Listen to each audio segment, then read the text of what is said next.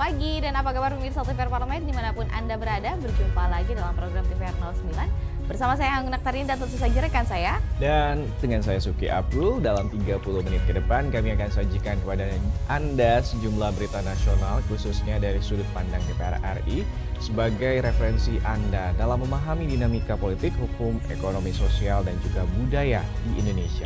Dan pemirsa TVR Parlemen, inilah TVR 09 edisi Selasa 4 Oktober 2022.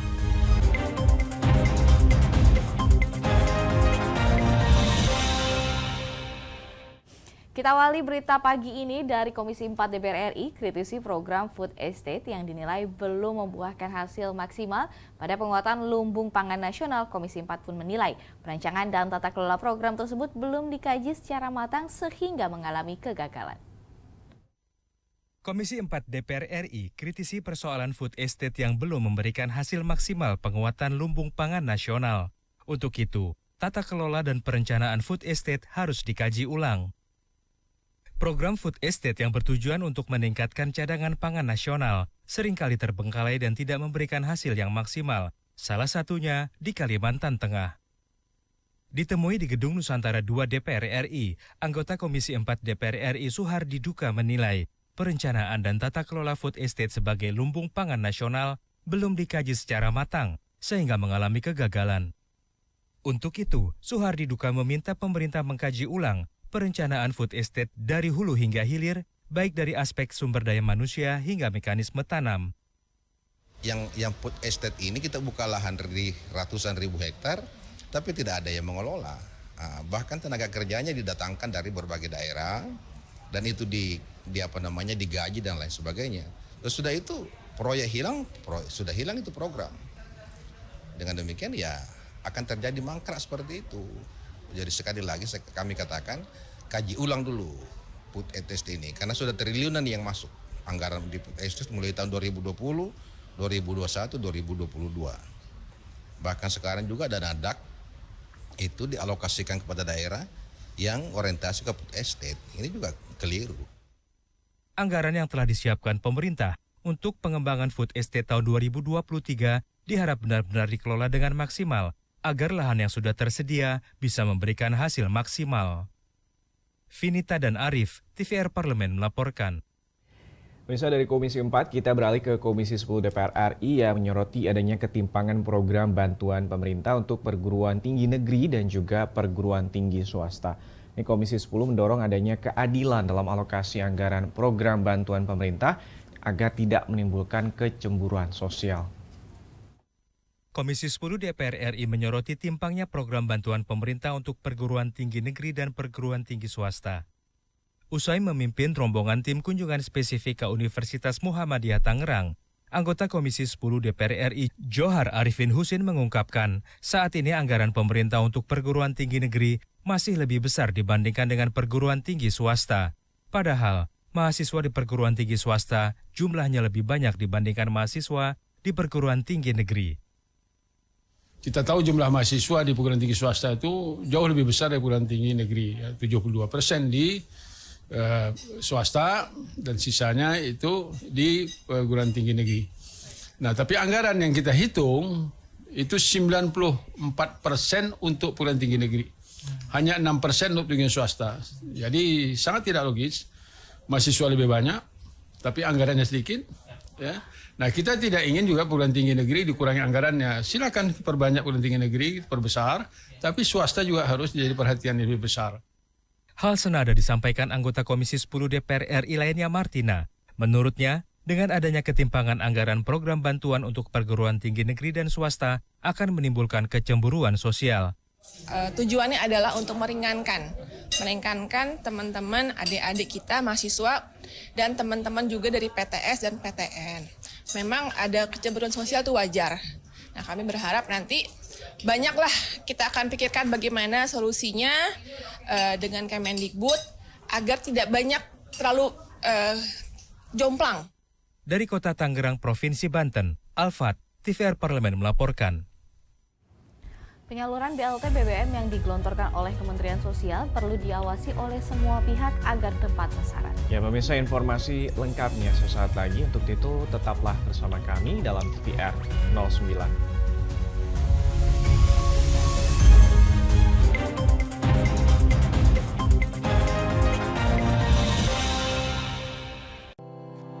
Tugas dan fungsi DPR RI sangat penting bagi negeri ini sebagai pengemban amanat rakyat. Namun tidak banyak yang tahu apa saja fungsi dan tugas dari DPR. DPR mempunyai 3 fungsi pokok, yaitu legislasi, anggaran, dan pengawasan. Ketiga fungsi tersebut harus dilaksanakan dalam kerangka fungsi representasi yang mengedepankan kepentingan rakyat berdasarkan aspirasi masyarakat dan untuk kesejahteraan rakyat. Dari fungsi legislasi, DPR RI mempunyai tugas dan wewenang untuk menyusun dan menetapkan program legislasi nasional bersama dengan pemerintah, menyusun dan membahas rancangan undang-undang, menerima rancangan undang-undang dari DPD, membahas rancangan undang-undang yang diusulkan oleh Presiden ataupun DPD, menetapkan undang-undang bersama dengan Presiden, menyetujui atau tidak menyetujui peraturan pemerintah pengganti undang-undang yang diajukan Presiden untuk ditetapkan menjadi undang-undang. Sementara, fungsi anggaran membahas dan memberikan persetujuan atau tidak memberikan persetujuan terhadap rancangan undang-undang tentang APBN yang diajukan Presiden, memperhatikan pertimbangan DPD atas rancangan undang-undang tentang APBN dan rancangan undang-undang terkait pajak, pendidikan, dan agama, menindaklanjuti hasil pemeriksaan atas pengelolaan dan tanggung jawab keuangan negara yang disampaikan oleh BPK, memberikan persetujuan terhadap pemindahantanganan aset negara maupun terhadap perjanjian yang berdampak luas bagi kehidupan rakyat yang terkait dengan beban keuangan negara. Dan fungsi pengawasan, melakukan pengawasan terhadap pelaksanaan undang-undang, APBN, dan kebijakan pemerintah, membahas dan menindaklanjuti hasil pengawasan yang disampaikan oleh DPD terkait pelaksanaan undang-undang mengenai otonomi daerah, pembentukan, pemekaran, dan penggabungan daerah, pengelolaan sumber daya alam dan sumber daya ekonomi lainnya, pelaksanaan APBN, pajak, pendidikan, dan agama. Terima kasih. Video ini dipersembahkan oleh TV dan Radio Parlemen, Biro Pemerintahan Parlemen, Sekretariat Jenderal, dan Badan Keahlian DPR RI.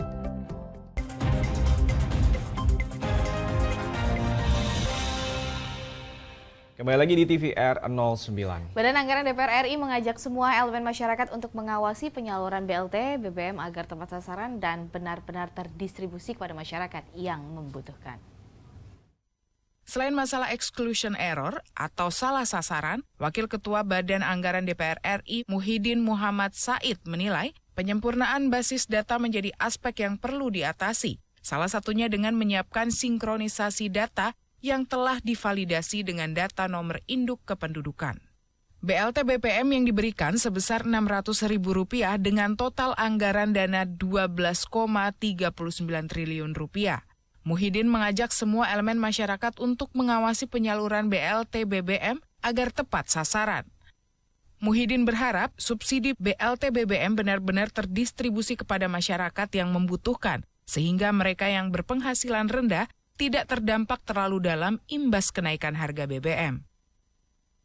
Jadi semua kita minta aparat pemerintah, masyarakat itu sendiri kita minta ikut mengawasi. Sehingga sering diumumkan melalui televisi bahwa bantuan langsung tunai itu sekian. Bantuan pekerja yang gajinya 3,5 juta ke bawah itu dapat sekian. Itu semua disebar kepada seluruh lapisan masyarakat, baik melalui media ya, elektronik seperti Anda semua maupun koran-koran cetak. Kemudian para kepala desa diberikan instruksi. Kemudian kepala daerah semua disampaikan. Apalagi anggota DPR. Apalagi kalau kami ini turun ke daerah itu menyampaikan bahwa Anda itu punya hak ini semua. Dan syukur sekarang ini dengan teknologi yang begitu canggih sekarang, bahwa masyarakat itu bisa berakses langsung, bisa menanyakan langsung, bisa meng-WA langsung kepada dinas sosialnya, bahkan kepada Kementerian Sosial sekarang itu bisa diakses langsung. Halim dan Domi, TVR Parlemen melaporkan. Kita ke informasi selanjutnya, pemirsa. Komisi 10 DPR RI meminta Kemendikbudristek lebih memperhatikan perguruan tinggi swasta. Pasalnya, hingga kini perguruan tinggi swasta masih mengalami ketimpangan dibanding perguruan tinggi negeri. Padahal perguruan tinggi swasta pun memiliki peranan besar terhadap dunia pendidikan. Dalam upaya meningkatkan mutu pendidikan dan mengatasi persaingan di perguruan tinggi swasta yang tidak sehat, Komisi 10 DPR RI mendorong evaluasi total sistem pendidikan tinggi.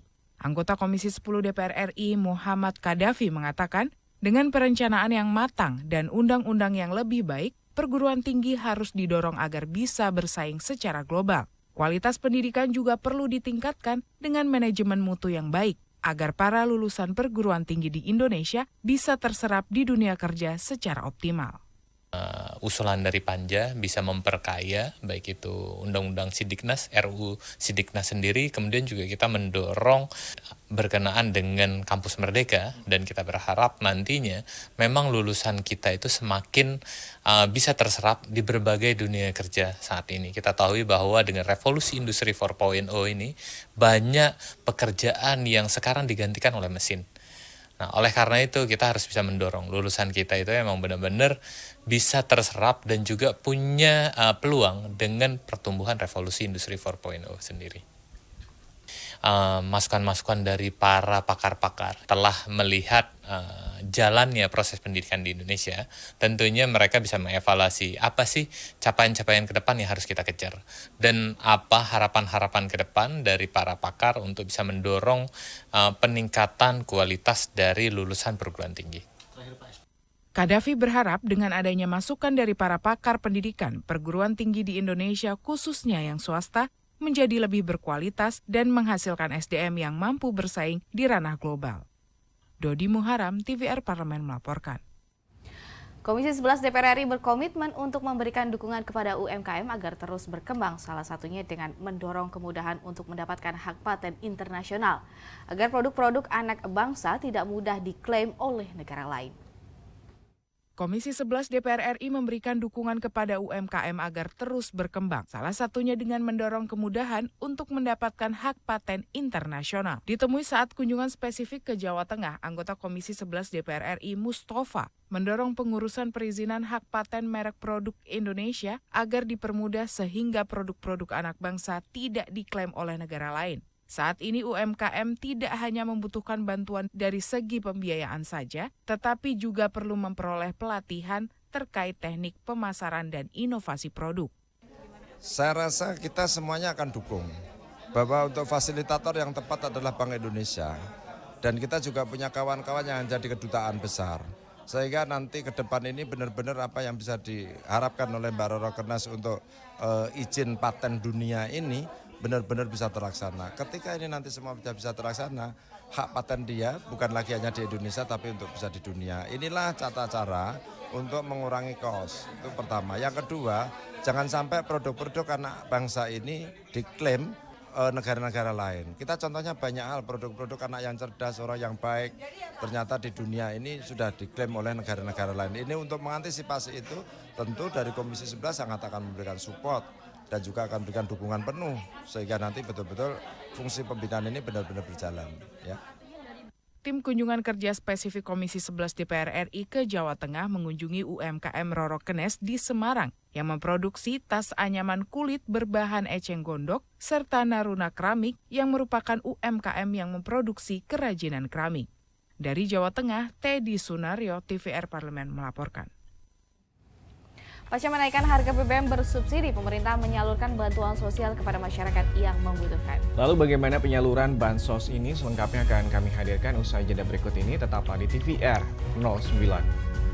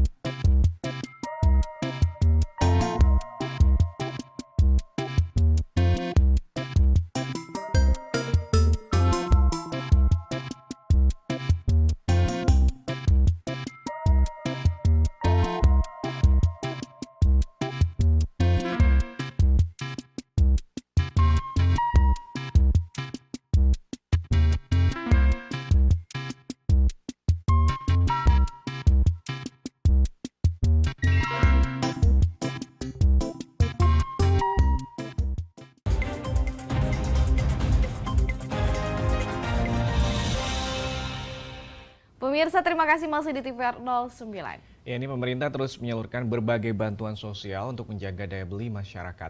Upayanya berupa bantuan langsung tunai BBM yang ditujukan kepada masyarakat kurang mampu dan juga bantuan subsidi upah ini bagi para pekerja ataupun juga buruh.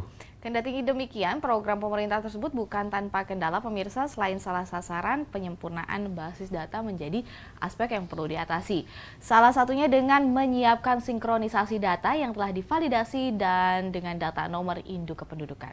Untuk lebih lengkapnya, mari kita simak laporan mendalam yang telah dirangkum oleh tim redaksi TVR Parlemen dalam segmen editorial Parlemen berikut ini.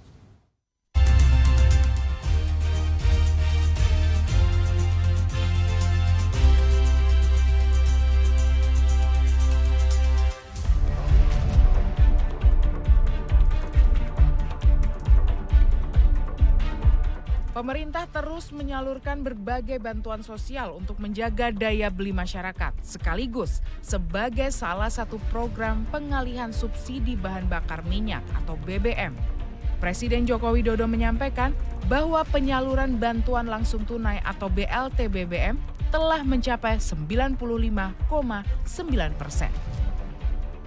Selain BLT BBM, pemerintah juga menyalurkan bantuan subsidi gaji atau upah atau BSU bagi pekerja atau buruh. Presiden mengungkapkan bahwa realisasi penyaluran BSU hingga saat ini mencapai 48,3%. Dengan kecepatan tersebut, Kepala Negara optimis penyaluran bantuan dapat selesai sesuai target yang ada. Kendati demikian, program pemerintah tersebut bukan tanpa kendala.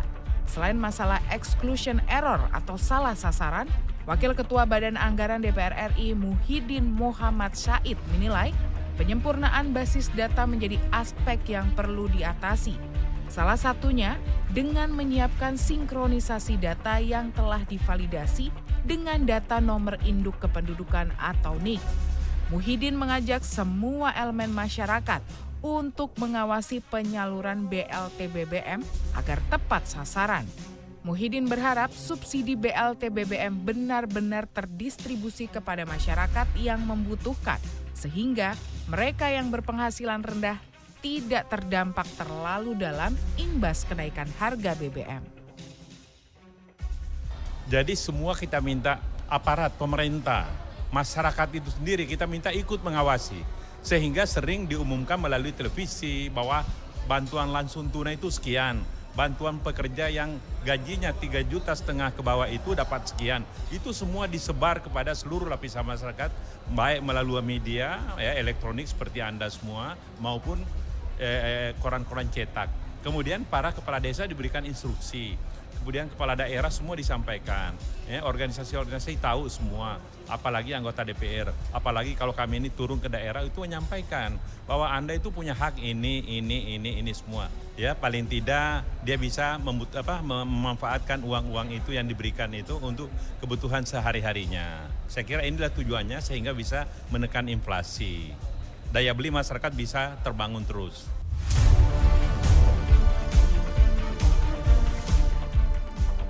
Untuk itu, DPR menegaskan akan mengawal penyaluran bantuan langsung tunai bahan bakar minyak atau BLT BBM demi memastikan hak dari keluarga penerima manfaat atau KPM tidak diselewengkan oleh pihak yang tidak bertanggung jawab.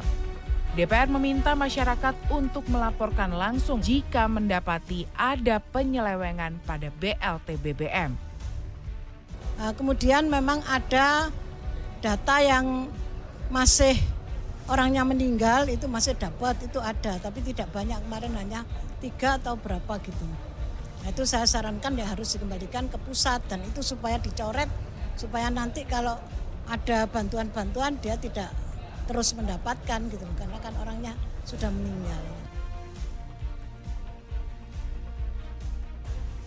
Anissa Syakur menghimbau agar BLT BBM tidak hanya digunakan untuk belanja kebutuhan dasar masyarakat, tetapi dapat dimanfaatkan sebagai modal usaha agar masyarakat dapat berdikari.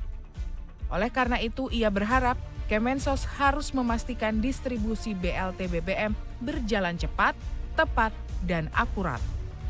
diperlukan optimalisasi pengelolaan data agar ke depan kemungkinan salah sasaran akan berkurang dan BLT bisa lebih efektif jika digunakan untuk mengembangkan usaha dan tidak hanya dipakai untuk kebutuhan konsumtif. Ketika data itu yang dipakai masih data yang lama, ya selalu kita ada kendala. Tapi ini nampaknya Kemensos sudah mulai validasi data itu dilakukan secara terus-menerus, sehingga dengan validasi data itu diharapkan ketidaktepatan sasaran itu akan terkurangi, walaupun mungkin tidak bisa semuanya, tapi dapat terkurangi dan BLT itu bisa dilaksanakan sesuai dengan apa yang menjadi harapan. Sangat tergantung ya, kalau saya melihat namanya masyarakat diberi bantuan itu ya mesti mereka merasa terbantu lah atas beban-beban walaupun tidak sepenuhnya.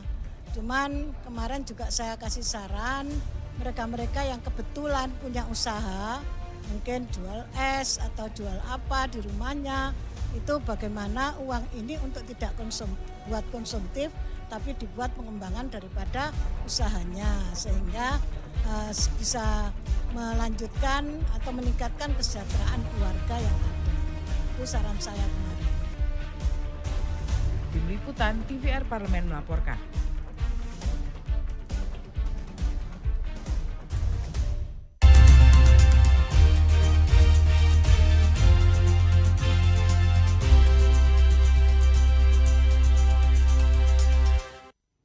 Pemirsa, selanjutnya kita akan berjalan-jalan ke negeri Sakura untuk menikmati keindahan alam sembari berbelanja barang branded dengan harga yang miring. Namun informasinya sesaat lagi usai jeda. Untuk itu jangan kemana-mana, tetap di TVR 09.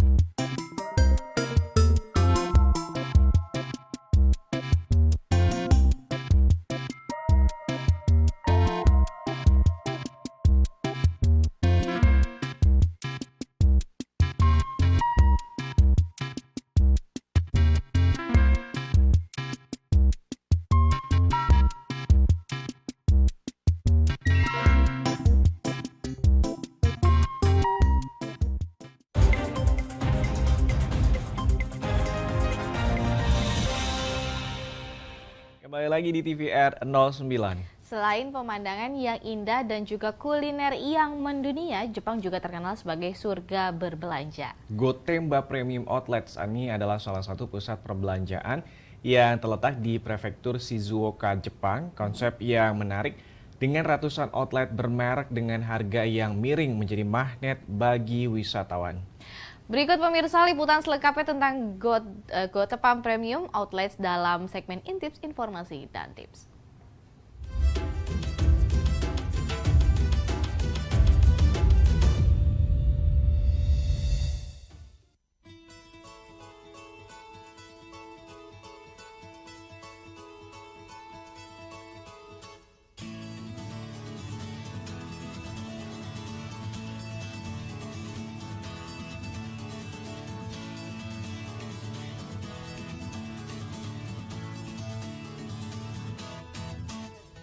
Hai pemirsa Intips, kali ini kita akan berjalan-jalan ke negeri Sakura Jepang. Selain pemandangannya yang indah dan kuliner yang mendunia, Jepang juga terkenal sebagai surga belanja. Salah satu pusat perbelanjaan di Jepang yang wajib dikunjungi wisatawan adalah Gotemba Premium Outlets yang terletak di kaki Gunung Fuji, tepatnya di kota Gotemba, Prefektur Shizuoka. Didesain dengan konsep Town in Forest, pengunjung dapat menikmati suasana berbelanja yang sangat berbeda dengan kebanyakan mall di Indonesia. Berada di atas lahan seluas 44.600 meter persegi, area Gotemba Premium Outlets terbagi dua dan dihubungkan oleh jembatan panjang yang di bawahnya mengalir sungai.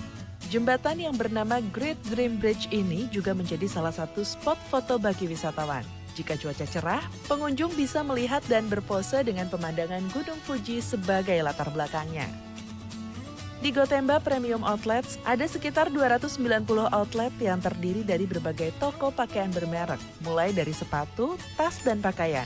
Kemudian ada juga toko souvenir dan mesin penjual otomatis yang menjajakan minuman pelepas dahaga. Jika sudah lelah dan lapar usai berjalan-jalan dan berbelanja, kamu juga bisa santap kuliner dengan berbagai pilihan resto. Mulai dari kuliner khas Jepang, makanan Cina, hingga makanan barat juga ada. Soal harga, jangan salah. Meski banyak toko-toko bermerek premium di sini, namun harga yang ditawarkan terbilang murah loh jika dibandingkan dengan pusat perbelanjaan lainnya. Harga di sini memang sangat murah. Ini benar-benar sangat memuaskan kita sebagai para pelancong, terutama dari Indonesia ya. Di Indonesia sendiri mungkin bisa harga bisa mencapai jutaan, tapi di sini bisa 50% lebih murah. Tidak salah ya jika namanya Gotemba Premium Outlets, karena memang banyak sekali toko-toko branded di sini. Bingung menemukan toko yang kamu mau?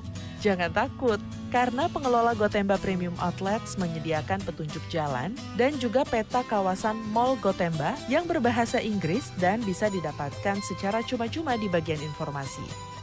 Udara yang sejuk alami, pemandangan yang indah, dan landscape yang dibuat dengan desain unik ini membuat banyak wisatawan berkunjung ke sini. Tertarik berwisata dan berbelanja di sini? Jangan lupa ya untuk selalu menjaga kesehatan pemirsa. Usai di sini dulu liputan Intips kali ini. Sampai jumpa di segmen informasi dan tips berikutnya.